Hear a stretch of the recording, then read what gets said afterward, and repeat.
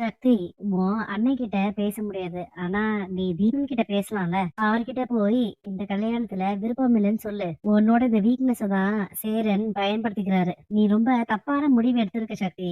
என் பையன் எந்த பொண்ண செலக்ட் பண்ணிருப்பானோன்னு பயந்துட்டே இருந்தேன். உண்மையாவே உன்னோட செலக்ஷன் சூப்பர்டா. எல்லாருக்கும் புடிச்சு போச்சு. அப்புறம் என்ன?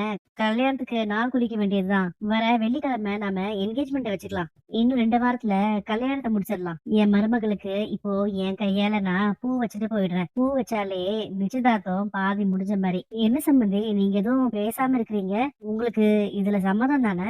ஐயோ அங்கிள், நீங்க எவ்வளவு பெரிய ஃபேமிலி. நீங்களே எங்க வீட்ல பொண்ணு எடுக்கிறீங்கல்ல, அந்த ஆச்சரியத்துல தான் அவங்க பேசாம இருக்கிறாங்க.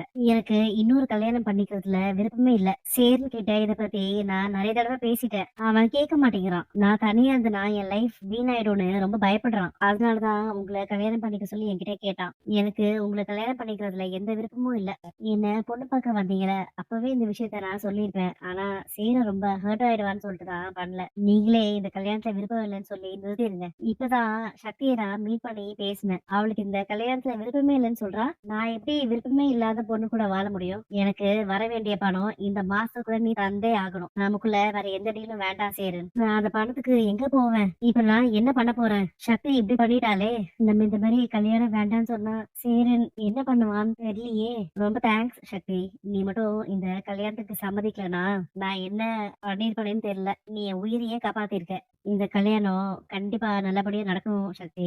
எனக்காக நீ உன் முடிவையே மாத்திருக்க. ரொம்ப தேங்க்ஸ். அண்ணன் சக்தி ரொம்ப பாவம். என்ன பண்றதுன்னே தெரியாம குழம்பிட்டே நிக்கிறா. நீ போய் சக்தி கிட்ட கொஞ்சம் பேசுன.